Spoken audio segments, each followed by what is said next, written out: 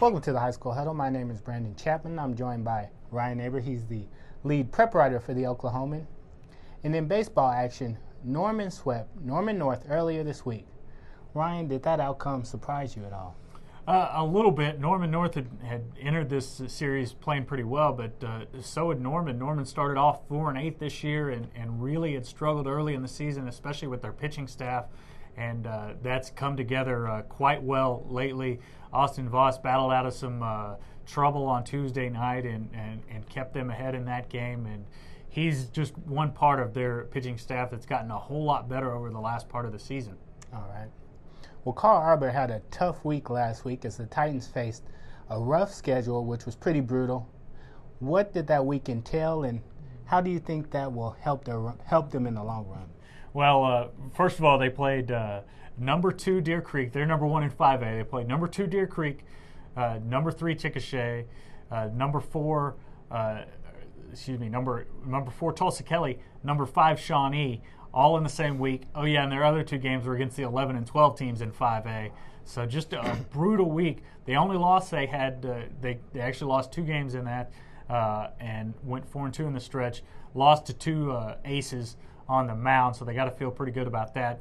But really, it just gets them ready for that grind of a 5A state tournament. When you got to go deep in your bullpen, they lost to Tulsa Kelly, I believe 21-6 on a day they had no pitching at all. But every other team had to throw their ace in order to beat Carl Albert, and that should help them come playoff time. Yeah, it's always good to kind of test yourself in the regular season. Well, is there any player that you feel like has played particularly well lately? Well, I think I wrote about him last week, but you got to talk about Cole Cleveland from CHA. Last night they have a doubleheader. They sweep Luther, and he goes 3 for 3 with 3 triples and 4 RBIs in the first game, and then he comes back in the second game and gets a win on the mound.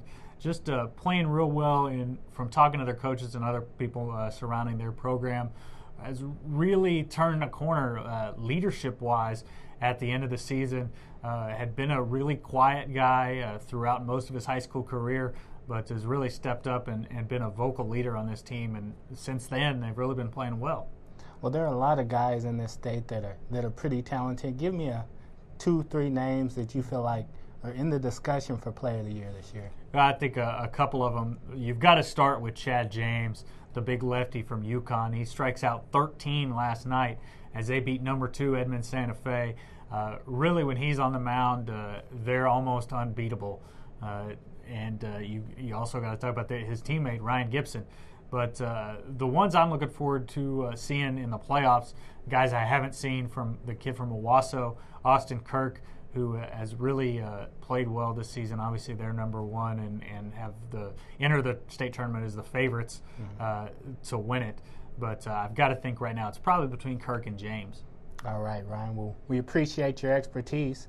The Faith 7 basketball rosters were announced recently. Obviously, the Faith 7 games played in Shawnee every year. Was there anybody on the roster who you felt like made the team that maybe somebody else should have made it in front of? Well, the one that sort of stood out to me was Levi Geese, I guess is how you pronounce his name, from Tulsa Union. Just because we didn't hear about him a whole lot during the regular season, and their team wasn't – they had a great start, but struggled at the end of the year. Now, I was the big guy that's missing from that roster is Xavier Henry, obviously, but he's played in all-star games across the continent, so you figured he had to miss one at some point. Plus, at that point, his family's probably going to be already moved up to Lawrence, Kansas. But the one that stuck out to me as a missing guy was Ryan Randolph from McGinnis. Just really carried this team throughout the entire season, and obviously with Daniel Orton being out, and Orton's another guy who's on this team, but really felt like Randolph probably should have been on there somewhere. All right. Well, Ryan, we appreciate your expertise. Thanks for watching the High School Huddle. Continue to log on to newsok.com and to check the Oklahoman for coverage of all our top players in the spring and the top teams in the spring as we continue to bring the top high school coverage in the state. Let's see it.